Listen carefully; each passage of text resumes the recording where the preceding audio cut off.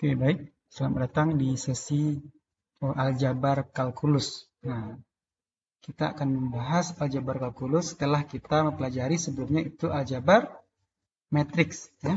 Aljabar matriks sudah kita ketahui aja ya. Yang penting kita tahu aja, gitu ya. Mengetahui. Nah, kalau sudah tahu berarti mengulang. Nah, itulah disebut dengan mengaji. Karena mengulang. Karena seperti bulan puasa. Yang apa yang dikaji? Apa yang diulang? Al-Baqarah ya 183. Kita juga apa yang kita ulang? Apa yang kita pelajari? Nah, aljabar matriks atau aljabar kalkulus. Oke, kita masuk kepada sekarang aljabar kalkulus. Nah, ada yang tahu aljabar kalkulus itu mengenai apa saja? Nah, aljabar kalkulus seperti biasa aljabar adalah apa? Model-model gitu ya. Nah, model-model, rumus-rumus, pola-pola gitu ya. Oke, apa? Nah, kita bahas adalah pertama limit ya. Batas atau limitasi ya. Sampai mana ya? Sejauh mana? Nah, sejauh mana ini akan mempengaruhi nantinya adalah akan berhubungan dengan skripsi kita. Judul kita akan sejauh mana sih variabel X terhadap Y? Sepanjang mana? Nah, itu beda ya. Sejauh mana laba itu mempengaruhi kinerja perusahaan? Sejauh mana beban informatika, beban pemasaran terhadap penjualan perusahaan? Itu juga batas kemampuan maksimal persen itu sampai mana sih gitu ya, dengan produksi 50 buah gitu ya, batas pabrik kita itu sampai mana gitu ya, sampai nggak 50 gitu, tapi kita targetnya 50 untuk 2024 pembuatan mobil, pembuatan sepatu dan lainnya. Nah, kita juga akan belajar selain limit ya, apalagi di aljabar kalkulus ini ya. Ini pertama limit dan kedua adalah diferensial. Kemudian yang ketiga adalah derivatif. Saya masih ingat atau kita ulang lagi ya? Diferensial, derivatif. Nah, PPT-nya sudah saya berikan ya. Yang jelas limit itu apa? Nah, limit adalah misalnya L, kita simpulkan L ya. Murah aja limit gitu ya. Nah, limit kartu kredit ya. Sampai mana? Dikasih sama perusahaan itu 5 juta. Misalnya kita sudah memakai 4,9 juta ya. Berarti sisa lagi berapa? Anggaplah 100 ribu ya. Kita mau beli barang harganya 200 ribu. Bisa nggak kita membeli barang dengan CC-nya tinggal 4,9? Nggak bisa ya, karena sudah limit. Kita bisa beli barang hanya maksimal 100 ribu. Kemudian batas tubuh kita, limitnya ya. Tubuh kita. Ada yang sudah bekerja ya, batasnya cuma sampai jam 5. Ya, jam 5 dari 7 to 5 gitu ya. Jam 7 sampai jam 5 gitu ya. Kalau kita kerja sampai jam 8 malam, kuat nggak? Ya, kalau kuat berarti kita melebihi batas limit kemampuan kita. Ya. Kita juga akan derivatif. Nah, seperti ini, derivatif atau turunan. Yang ingat derivatif. Misalnya apa? 3x kuadrat tambah 5x. Gimana caranya? Turunannya adalah kali ya, ini maksudnya kali 6x. Nah, dikali ke depan adalah 5. Nah, itu turunannya. Itu akan kita pelajari, kita pahami di sesi ini. Oke, saya lanjutkan. Nanti sesi selanjutnya adalah barisan dan deret ya, barisan dan deret. Kita masuk video kali ini. Ini saya bilang tadi limit, derivatif, integral, dan penerapan. Nah, saya juga tadi lupa ada integral juga ya. Dan bagaimana penerapannya dalam apa? Ekonomi dan bisnis. Seperti itu.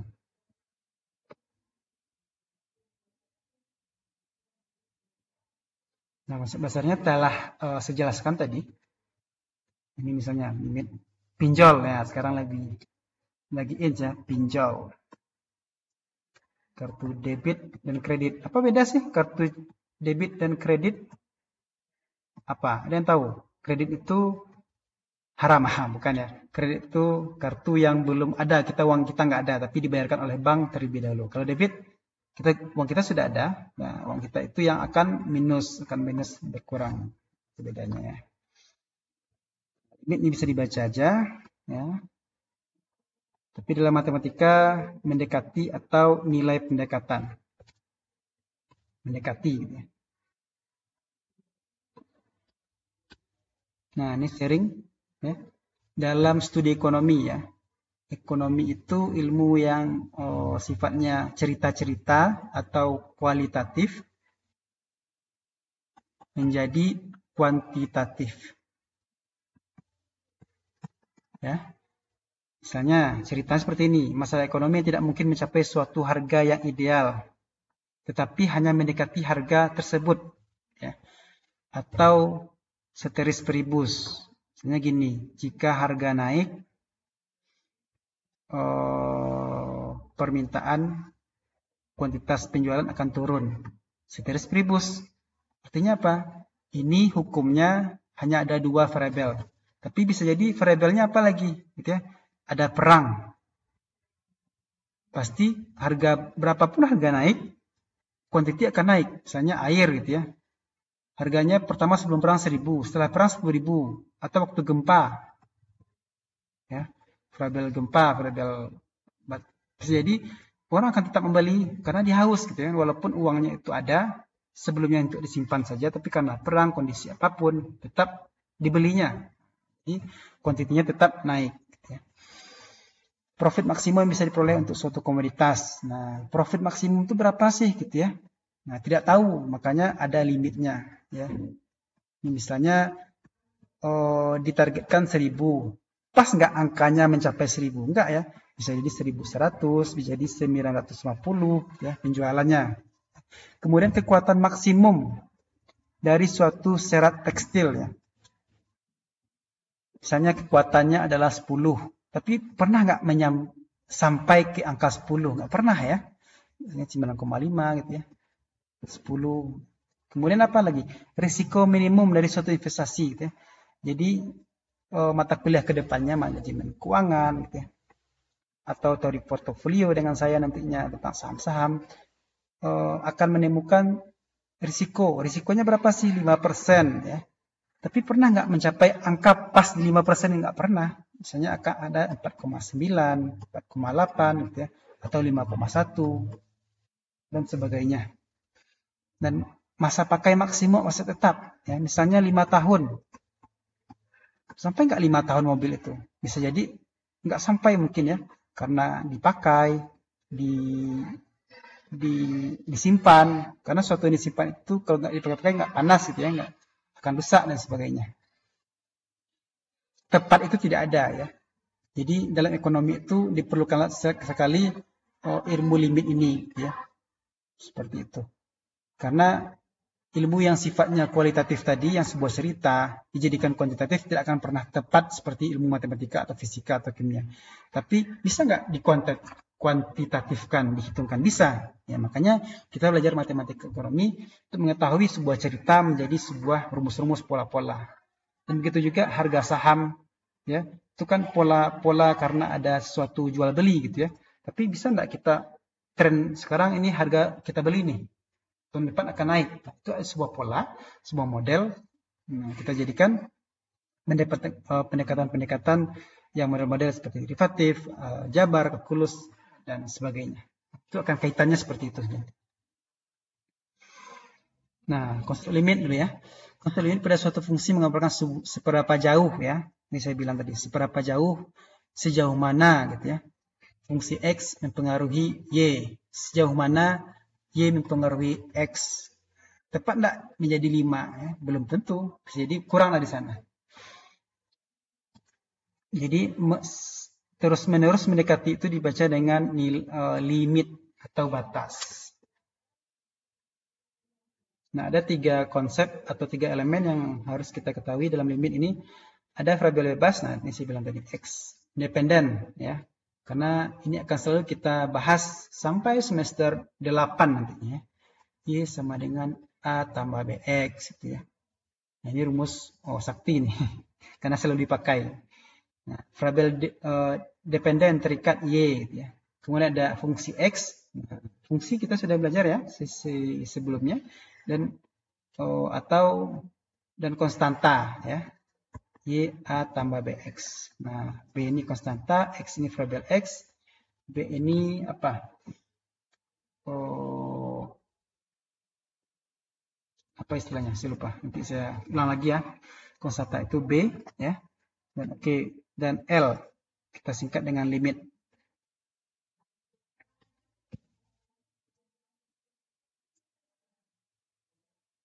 Nah, manakah jika fungsi f(x) ya yang ini mendekati L, f(x) mendekati L, nah itu disebut dengan limit ya, karena nilai L ini belum tentu kata saya 5, bisa jadi 4,9 ya, makanya mendekati 5 berapa fungsi X ini. Nanti kita contohkan ya.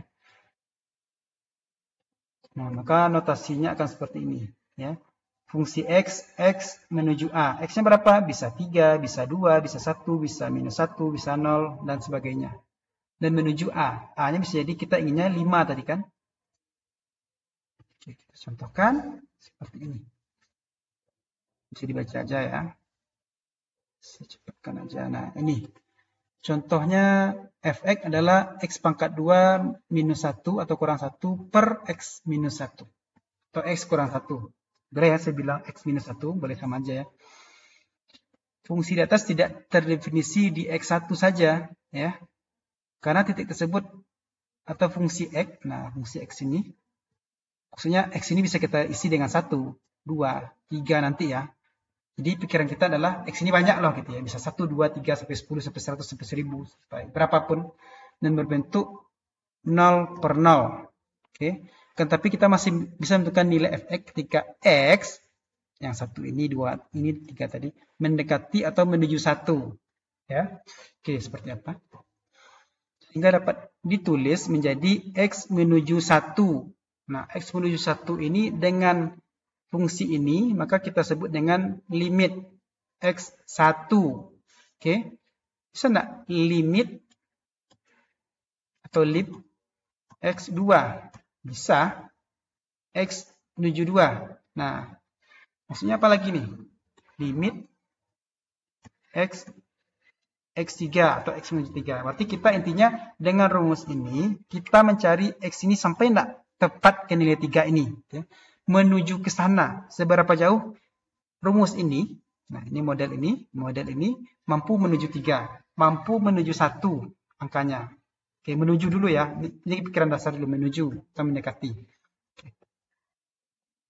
Nah, seperti ini. Nah, ini kan menuju 1 ya. Nah, menuju 1. Oke. Ini dia, menuju 1. Kalau kita gambarkan seperti ini ya. Ya. Bisa jadi 0,9, 0,98, atau 1, 1,02, 1,3. Banyak ya kalau kita koma-komakan seperti itu. Nah, ini gambar dari kiri kanan disebut dengan garis horizontal atau garis X. Kalau dari atas ke bawah garis Y. Ya, garis vertikal. Yaitu menjelaskan tentang banyaknya angka yang mendekati. Nah, mendekati ya, mendekati.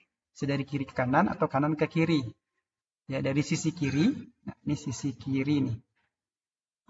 Ini sisi kanan. Yang sama-sama mendekati. Nah, ini selalu mendekati atau menuju nilai yang sama. Itu kalau kita gariskan ya. Oke. Berapa aja yang mendekati nilai 1 ini? Oke. Nilai 1 ini. Nah, limit x menuju 1. Bisa jadi 1,02. Nah, itu dia. Maka x-nya banyak. Oke. Oke, kita kalikan ini ya. X-nya kita anggap 0,97. Oke, X ini kita anggap 0,7, ketik ini 7. Nah, ini. Maka dapatlah jika X-nya 0,97, maka angkanya 1,97. Ya. Jika X-nya kita ambil 0,98, maka angkanya 1,98. 0,99 maka 1,99. Nah, berapakah angka 1 ini jika X-nya 1? Nah, silakan dicari, oke. Jika X-nya 1,01. Nah, ini kita ambil ya. Ini 0,99 di sini kita ambil. Sampai enggak fungsi ini menuju angka 1 ini gitu. Dapat 0,21, 0,22. Jadi angka X yang tepat 1 ini coba berapa? Kalau 1 itu berapa dia? Pas nggak di angka 1? Oke. Nah, itu disebut dengan konsep kita belajar limit. Nah, kalau dia 2 gimana? Jadi kalau dia 2, 2,01 di sini, terus di sini 1,99, 1,98, ya, 2,02. Kita carikan, masukkan ke rumus ini. Oke. Semoga paham dan dilatih aja biar lebih detail pemahaman. Nah, bagaimana kita terapkan ilmu limit ke dalam ekonomi? Misal, sebuah perusahaan distributor laptop, nah ini dijual laptop ya, memperolehkan keuntungan. Nah, keuntungan adalah earning, ya, penjualan sales ya, dalam jutaan rupiah ya. Penjualan model laptopnya ABC dengan fungsi C. Nah, C itu apa? Ya, fungsi C ya. Bisa jadi C itu dianggap perusahaan ini adalah consumption-nya berapa ya, consumption-nya. Dengan rumusnya atau polanya atau formulanya 5x 4. Nah, ini kan tadi nih fungsi limitnya seperti ini nih. Fx x minus 1 per x minus 1.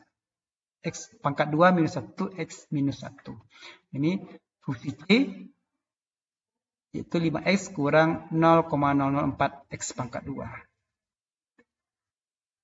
Nah, ini gabut ya. Dia mau menjual tapi dia buat juga modelnya juga kan. Oke, dibuat gabut. Berapakah tingkat penjualan maksimum? Nah, maksimumnya berapa gitu ya, belum bisa jadi 500. Tapi bisa jadi nggak sampai maksimum tapi 499, tapi bisa dikatakan sudah maksimum ini loh gitu ya. Dengan menggunakan teori limit. Oke. Tanggap H atau bisa juga chain ya. Oke, bisa. Nih, jawabannya adalah 625. Oke, kita masukkan aja gitu ya. Seperti ini ya, limitnya seperti ini. 5x x dan h 0,04 x dan h 5x dan h. Nah, ini modelnya ya. Ini kan ini model persamaan linear baru ya. Nah, kalau dilimitkan seperti ini jadinya. Oke. Dia minta seperti ini ya. Kita isi aja. Oke. Limit 5xa 5h. Oke. Ini dikalikan dapat 5x, ini dikalikan 5h. Oke. 0,04 ini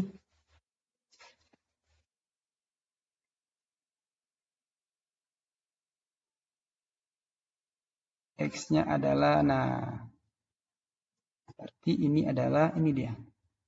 5x kurang 0,04x kuadrat. Oke. 5 ini ke sini dia. Ya. X tambah H. X ini adalah X tambah H. Itu asalnya ya. 0,04-nya ini, 0,04. Kemudian X tambah H-nya ini pangkat 2 ya. Nah, ini dia pangkat 2 nih maksudnya. Pangkat 2. Kemudian 5x. Nah, ini lagi 5x kurang 0,04 pangkat x2. Nah, ini rumus limitnya ya. Ini soal aja. Kita masukkan persamaannya. Nah, ini dia. X, nah ini H-nya, ini H-nya. Ini derivatifnya ya. Atau turunannya gimana sih? Jika ada derivatif 1, turunan 1, maka harus ada derivatif 2, turunan 2. Oke, 5x ini dia kuadrat ya. Nah, tetap aja. Tetap. Nah, ini karena masih bisa dikali, kita kalikan aja. Ini dikalikan. Oh, ini dikalikan. Bukan ya, ini dikalikan dulu. X pangkat 2, kemudian 2x, 2h, dan h pangkat 2.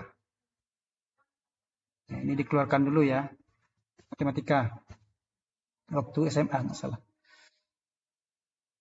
X pangkat h, nah ini coba. Ini ingat nak caranya nih. X tambah H pangkat 2. Cara jabarannya ini adalah X tambah H, X tambah H. Itu kan? X kali X, X kuadrat. Kemudian tambah 2XH. Gitu ya. Apalagi? X kali H berarti XH. Kemudian H kali X. Atau sama dengan 2XH gitu ya. H kali H berarti H kuadrat. X kuadrat tambah 2XH tambah H kuadrat. Nah, makalah dapat ini ya. Ini mudah nih.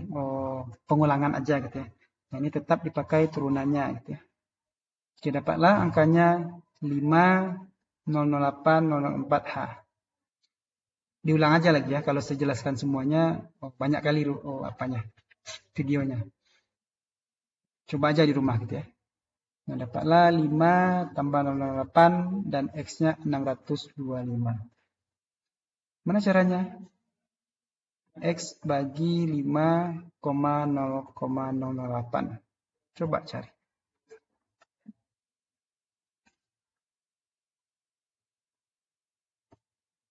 Ini sudah dapat? Kalkulator saya. 5 bagi 0,008. Oke, dapat 625. Ini mudah ya. Oke, selanjutnya diferensial atau derivatif. Ini pengantar aja dulu ya. Belum kita intinya, belum intim kita. Kita sebagai pengantar aja. Dalam ilmu ekonomi dikenal adanya suatu keseimbangan ya. Misalnya PQ sama dengan PS sama dengan QS ya. Atau suatu atau di mana kondisi itu equilibrium. Oke. Tapi itu bisa jadi sesaat kayak harga saham gitu ya. Hari ini equilibrium hari 1. Bisa jadi besoknya equilibrium hari 2. Karena apa? Ada permintaan, ada penawaran. Tapi kalau nggak ada perubahan berarti tidak ada yang membeli, tidak ada yang menjual. Tidak ada permintaan, ada penawaran. Kemudian keseimbangan tersebut tidak akan selalu pada satu titik. Nah, itu saya bilang ya, hari pertama itu akan selalu berbeda dengan yang kedua. Pasar Padang Luar yang saya tinggal di dekat Pasar Padang Luar, hari Selasa, Senin dia tutup ya. Selasa akan berbeda dengan hari Rabu, hari Kamis dan sebagainya. Karena apa? Ada yang minta lebih banyak, ada yang menjual lebih sedikit, atau menjual lebih banyak, meminta lebih sedikit. Nah, seberapa besar suatu variabel? Nah, variabel itu apa? Ada X, ada Y. Seberapa besar variabel X yang mempengaruhi variabel lainnya? Ya, bisa X, bisa Y, atau sampai Z gitu ya. Diselesaikan dengan apa? Diferensial. Itu ya, kita sudah belajar X itu apa, Y itu apa, P itu apa, Q itu apa. Sekarang kita terapkan dalam bentuk diferensial. Secara umum diferensial membahas tentang pengaruh perubahan ya. Misal P naik nih, Q naik, ya. P turun, Q naik. Nah, hubungannya apa nih kalau berbanding arah? Negatif. Kalau searah, positif. Itu istilahnya ya. Ingat aja, kalau dia berbalik arah, negatif nih. Berhubungan atau berpengaruh negatif. Sama-sama naik, sama-sama turun, positif. Gitu ya. Walaupun dia turun, itu bukan berarti negatif, tapi dia sama-sama turun, sama-sama naik, itu positif. Nah, diferensial itu dapat kita hubungkan dengan limit. Oke. Limit suatu koefisien diferensiasi. Nah, itu saya bilang tadi ya, koefisien nanti ya. Y tambah X. Nah, ini dia, koefisien, dan ini adalah apa tadi? Saya lupa nih. Konstanta ya, konstanta dan koefisien.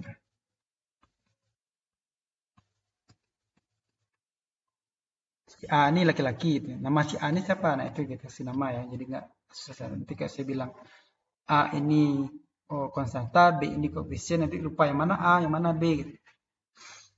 Diferensial adalah penentuan limit suatu koefisien diferensiasi dalam hal penambahan variabel bebasnya mendekati 0. Nah, ini teorinya, seperti apa nanti ya. Derivatif. Nah, setelah kita diferensial, kita akan belajar derivatif. Kawannya setiap ada diferensial, setiap ada limit pasti ada diferensial, setiap diferensial pasti ada derivatif. Rumus turunannya. Derivatif adalah hasil yang peroleh dari hasil proses diferensiasi. Ya, nah itu dia. Setiap ada limit ada diferensiasi, setiap diferensiasi ada derivatifnya. Misalnya seperti ini, dilambangkan diferensiasi itu dilambangkan dengan segitiga atau delta.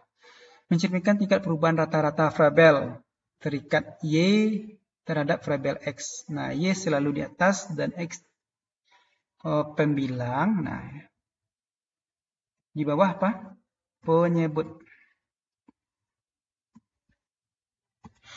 Dapat juga dikenal dengan lereng kurva. Nah, lerengnya ini lerengnya. Berapa persen gitu ya? A-nya ni Y, ni X. Nah, lerengnya seperti ini. Di sini lerengnya. Kita praktekkan seperti apa. Jikanya diferensiasi jika Y adalah fungsi X, F ini fungsi ya, terdapat tambahan variabel X atau bebas sebesar delta X. Nah, misalnya gini. Delta atau perubahan ya. X dari X1 dia berubah menjadi X3. Misalnya gini. X1 berubah jadi X3. Nah, berapa perubahannya? Berarti sebanyak 2 ya. Nah, itu disebut dengan delta 2. Deltanya 2. Kalau 4 berarti 3. Berarti perubahannya adalah sebanyak 3. Berarti delta Y, delta X. Nah, ini 3, misalnya ini 5 gitu ya. Berapa delta Y bagi delta 2 nih? Enggak, ini 6. 6 bagi 3 berarti perubahannya adalah 2. Misal, Y sama dengan adalah fungsi X. Y tambah delta Y, maka fungsi X adalah delta X. Itu turunan ya. Ini diferensialnya, rumus pertamanya, ini turunan pertamanya, turunan kedua, dan turunan ketiga. Turunan apa namanya? Derivatif.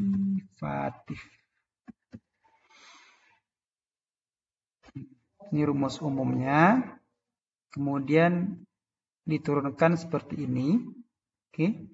Kalau sudah tahu Y dan delta Y, Fx dan delta X, maka kita dapatlah mencari delta Y-nya. Gimana caranya? Itu Fx delta X. Nah, ini tetap di sini. Delta Y-nya pindah ke sini jadi minus Y. Delta Y adalah apa? Itu fungsi X delta X kurang Fx. Karena Y itu apa? Fx. Oke. Dibalik-balikkan ya. Gini-gini aja. Tapi seperti ini turunan. Seperti itu yang kita pelajari pada sesi ini dan berikutnya. Jika delta X adalah tambahan X, maka delta Y adalah tambahan Y. Nah, ini tadi. Y-nya 1 nih. Jadi Y-nya 5. Berarti tambahannya berapa? 4. Ini tambahnya dari 1 ke 3, tambahnya berarti ada 2. Karena 1 ditambah 2, 3. 1 tambah 4, 5. Selanjut. Nah, bagaimana jika ruas kiri dan kanan sama-sama dibagi delta X? Maka diperoleh persamaan. Tadi kan delta Y nih. Nah, ini delta Y. Sekarang delta X lagi. Delta Y adalah ini. Delta X adalah ini. Tentukan koefisien diferensiasi dari Y sama dengan 3X2. Oke, kita buat dulu. Seperti ini. Nah, seperti ini tadi. Oke. Maka Y tambah Y. Nah, ini dia. Y berapa? 3X2 ya. Jadi kita buat Y itu adalah 3.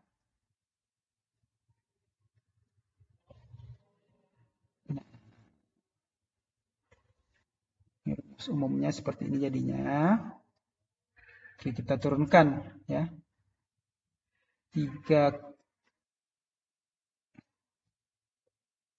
kita kalikan dulu. Ini kenapa dapatnya ini ya. Oke, kita buat di sini adalah X tambah delta X tambah delta X. Oke, seperti yang saya bilang tadi, maka dapatnya ini. Kemudian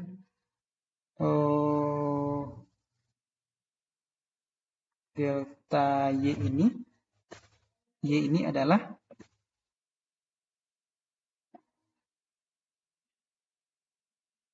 ini dia, pindah ke sini. Oke, kemudian delta Y tetap ke sini. Maka 3 ini kita kalikan ke dalam, dapat 3X, 6X, dan delta X. Kemudian 3 delta X. Oke, bingung ya. Pahami aja apa? Dilihat aja dulu, nanti paham ini. Maka dapat delta Y itu setelah dikalikan, derivat diturunkan pertama, 2, dan 3, dapatlah ini.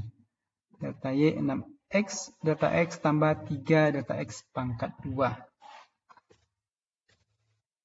Maka delta Y fungsinya menjadi 6 ini dipindahkan ke sini dan delta X tetap. Maka ini dibagi aja. Ya, bagi hilang. Maka dapat 6X.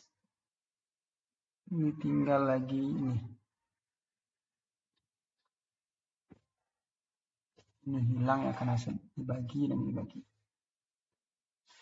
Oke, ini sebagai penjelasan sedikit. Nanti dibuktikan aja rumus ini ya. Tapi kita minimal tahu cara menentukan. Tapi ini akan saya buat mudah nanti dengan selanjutnya dan sesi selanjutnya, karena ini bagaimanapun seperti inilah gitu ya, penurunan atau derivatifnya.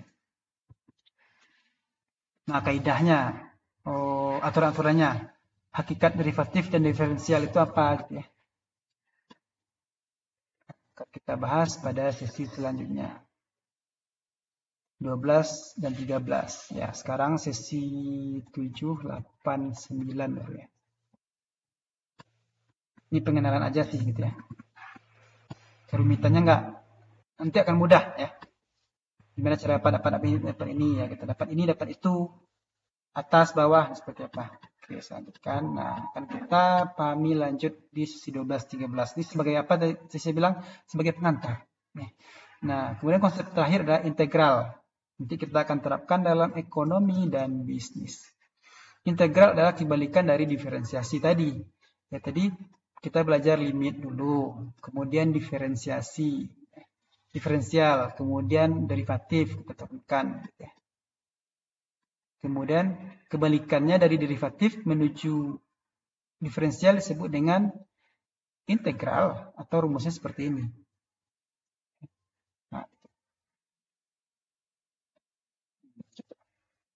Nah, integral fx dx ya. Dx itu adalah diferensial. Ada sama dengan fx tambah c. Fx itu apa? Integran. Kalau dia ada ini atau integral disebut integran. Dx itu adalah diferensial. Fx adalah integral partikular. Ini dibaca rumus saja dulu ya, nanti kita terapkan. C adalah konstanta. Jadi fx tambah c, ini dia. Fx tambah c adalah fungsi asli atau fungsi asal dari integrasi, dari proses mengintegralkan atau disebut integrasi. Oke, ini teorinya aja, kita buktikan. Penerapan integral dalam ekonomi dan bisnis ya, untuk mencari fungsi biaya total TC ya. TC adalah variable cost tambah fixed cost. Nah, integral itu dalam ekonomi bisnis yang pertama adalah untuk mencari biaya marginal. Tapi total biaya itu apa dulu? Nah, ini dulu nanti kita T biaya marginal atau kita sebut dengan MC. Seperti apa nanti ya? Yaitu fungsi biaya total diketahui jumlah ya. Misalnya biaya marginal itu adalah fungsi dari biaya total atau total cost tambah biaya penerimaan total dan biaya konsumsi dan fungsi tabungan. Nah, itu disebut dengan marginal cost. Estimated cost ini seperti apa? Nanti kita integralkan ya. Kemudian untuk mencari surplus produsen atau surplus konsumen ya. SP dan SC. Nanti saving juga S ya. S besar, S kecil ya. Dengan cara mengintegralkan fungsi penerimaan ya. Fungsi penerimaan itu adalah P kali Q. Fungsi penerimaan. P kali Q dan penawaran ya. Penawaran itu dengan harga suatu batas tertentu. Oke, kita lihat. Itu dalam bisnis ekonomi. Kemudian jenis-jenis integral itu dalam kita pelajari seperti apa gitu. Integral tak tentu ada dua ya, dan integral tertentu. Integral tak tentu itu kebalikan dari diferensial suatu konsep yang hubungan dengan proses. Nah, ini teorinya ya, pusing nggak apa-apa. Yang penting kita tahu dulu ya. Nggak semuanya kita pelajari. Kemudian integral tertentu suatu konsep berhubungan dengan proses pencarian luas suatu area ya. Dan ini berhubungan dengan proses suatu fungsi asal. Oke, ini teorinya bisa dibaca aja. Kita praktekkan ya. Nah, kita terapkan. Seperti apa sih? Diferensial, integral dalam matematika, ekonomi, dan bisnis. Bisa dibaca aja. Seksi sebelumnya. Contohnya apa? Biaya marginal, produk total, biaya total, penerimaan total, biaya marginal. Kita tidak mengetahui tidak detail ya. Kita intimkan ya. Kita dalami lebih lanjut, tapi kita hubungkan aja langsung ya, tanpa berlama-lama. Nah, diferensial, limit, dan integral itu dalam produk total.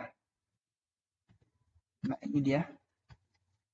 Ada 9 rumus-rumus integral, diferensial, limit dalam ekonomi bisnis. Ada 9. Produk total atau TP, total produk. Ya, ini bisa dibaca aja. Rumusnya adalah fungsi FK kali L. Ya. Contoh, apabila petani menggunakan pupuk dalam sebuah usahanya untuk menanam padi, dalam jumlah yang sedikit akan menghasilkan produk yang sedikit pula. Tapi jika pupuknya banyak, maka produknya akan banyak juga. Ya. Berarti K kali L. Artinya pupuk kali luas lahan gitu ya. Maka banyaklah hasilnya, outputnya seperti itu. Total produksi. Misalnya bahan baku, raw material tambah BOP, nah, maka akan banyak produksinya, gitu ya. Maka akan banyak juga penjualannya. Nah, seperti itu. Fungsi total penjualan adalah fungsi K kali L. Bisa dibaca aja gitu ya.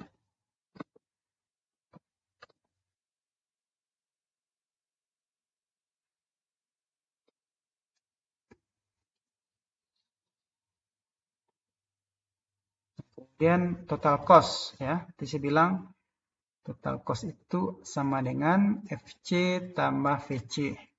FC adalah fixed cost atau biaya tetap seperti biaya gaji, biaya sewa, variable cost, biaya listrik, biaya tidak langsung lainnya seperti itu. Ini tahu aja ya, kita praktekkan nanti di anggaran, kita praktekkan nanti di manajemen keuangan. Ya. Kemudian penerimaan total. Total adalah P kali Q. Ya. P itu apa? Harga barang dan Q kuantitas. Misalnya kita ingin berapa sih pendapatan kita atau penerimaan kita? Kita menjual harga laptop 5 juta. Kita jual 10 laptop. Nah, berapa pendapatan kita? Berarti 50 juta.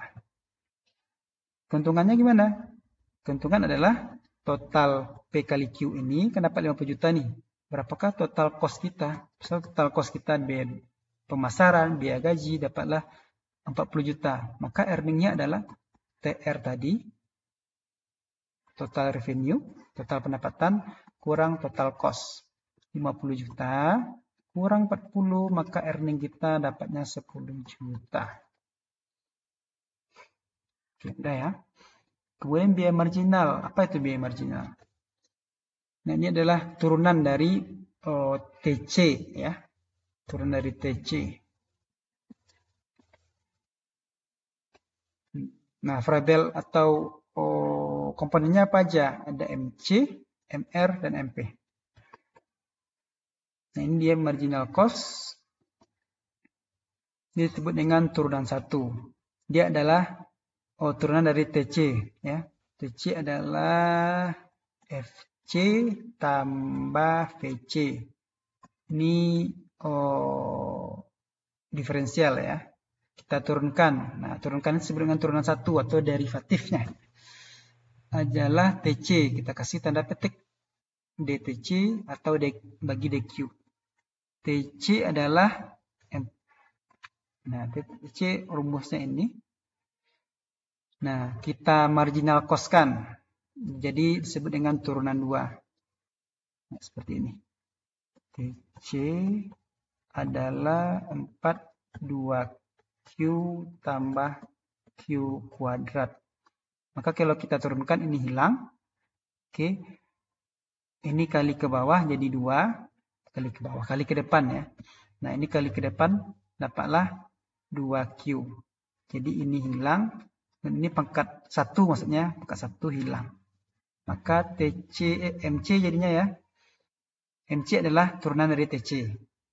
Kalau ini TC turunan 2 gitu ya. Nah, kalau udah habis maka jadi MC dia marginal cost. Dapatlah dia 2 tambah 2Q. Oke. Nah, kemudian MR lagi. Marginal cost. Berarti dia turunan dari TR. TR adalah P kali Q. Oke, saya pause dulu. Nah, TR ada P kali Q. Nah, dapatlah misalnya kalau di soal fungsinya adalah minus 3Q pangkat 3 tambah 27Q. Ini kali ke depan dapat TR ya, TR marginal atau TR petik 1. 3 kali 3 berapa? Minus 9. Nah, ini kan 3 ke depan. 3 ini dikurangi 1. Ya, dapatlah. Ini juga dia. Ini Q ini pangkat 1 ya. Dikurangi 1. Ya, pangkat 0. Habis pangkatnya lagi ya. Berarti pangkat 2. Kemudian ini kali ke depan. Berarti 27 lagi. Q-nya habis karena Q pangkat 0. Ini Q pangkat 2. Makanya kemudian maka MR-nya menjadi minus 93 Q kuadrat tambah 27. Oke, kita hubungkan dengan derivatifnya, turunannya. Kemudian MP lagi. Adalah marginal proksi tadi adalah K kali apa? K kali L.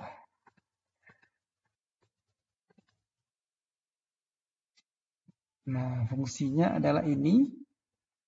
Maka kita turunkan dapat 18X dan 3X kuadrat. Nah, 3 kurang 1. Maka 3 pangkat 2 jadinya. Dapatlah marginal produksi marginal 18X minus 3X kuadrat. Ini juga utilitas. Nah, utilitas adalah utilitas marginal. Ya. Dia turunan dari utilitas. Nah, maka U petik DU bagi DQ. Contohnya turunan 1 FQ. Nah, dapatlah segini hasilnya. Diturunkan ya. Rumus-rumusnya kalau marginal itu adalah turunan dari rumus utamanya. Utilitas, marginal utilitas berarti turunan dari utilitas. Marginal revenue berarti turunan dari total revenue. Nah, konsumsi juga seperti itu. Dan ini bisa dibaca aja. Nanti kita akan terapkan pada sisi selanjutnya. Modal, tabungan gitu ya. Tabungan S besar. Ya. S kecil beda dengan S besar. Kemudian modal K atau kapital tadi ya. Total biaya tadi adalah K dan L. K-nya modal kapital. L liability adalah hutang ya. Nah, ini lagi surplus konsumen. Nah, ini cukup tahu aja ya. Yaitu suatu keuntungan atau surplus yang dinikmati oleh konsumen. Nah, itu disebut dengan surplus konsumen. Nah, ini gambarnya. PX dan QX. Di saat harga atau PX-nya 50,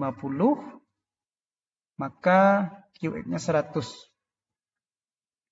Nah, surplus konsumen itu di mana? Itu di sini, ya. Di saat konsumsi itu, C itu konsumsi ya. Di saat konsumsi itu 20, tapi harganya berada di 30. Itu konsumen mampu dan bersedia membeli barang pada tingkat tertentu dengan harga lebih tinggi. Ya.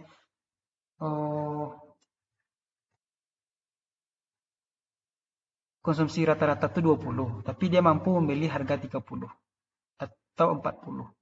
Ya. Berarti dia di titik ini. Titik ini. Surplus konsumen sebesar segitiga ABC ya. A, B, C. Segitiga ABC ini. Tapi di luar segitiga ini dia sudah tidak ada lagi surplusnya. Ya. Misalnya di sini nih 60 dan 30 ya. 60 dan 30. Dia nggak dapat surplus lagi. Jadi seolah-olah konsumen ini dia mampu beli di luar harga rata-rata. Itu intinya. Terjadi ketika apa surplus konsumen? Itu ketika yang dibayar konsumen itu suatu produk atau jasa kurang harga dari harga yang tersedia mereka bayarkan. Ya. Nah, surplus produsen itu apa? Itu mencerminkan keuntungan atau dinikmati oleh produsen. Nah, produsen itu atau menjual harga lebih tinggi dari harga jual. Ya. Harga rata-ratanya biasanya 5, tapi dia mampu membeli di harga 7. Karena apa? Berarti konsumen itu mampu, dia banyak uang. Nanti kita bahas, tapi ini gambarnya ini seperti ini ya. Seperti apa? Ini pengantar aja dulu ya. Bisa dibaca. Misalnya surplus konsumen apa ya? Contohnya seperti ini. Untuk membeli roti, konsumen bersedia membayar di harga 5.000. Oke ya. Dia mampu di harga 5.000 karena uangnya 5.000 atau 6.000 ya. Namun dia mendapati roti yang diinginkan itu di harga 3.000. Ya, maka kelebihan itu berapa? 2.000. Adalah surplus yang dinikmati oleh konsumen. Gitu. Dia sebenarnya mampu 5.000, tapi karena harga jual itu sudah mentok di harga 3.000, berarti dia untung 2.000 dong. Ya, misalnya harga saham. Harga saham itu sebenarnya adalah paling mentok 5.000, tapi konsumen ada uang 10.000 nih. Berarti dia mampu membeli 2 buah saham ini gitu ya. Oke. Kemudian misalnya ini bersih lagi. Nah, surplus lagi.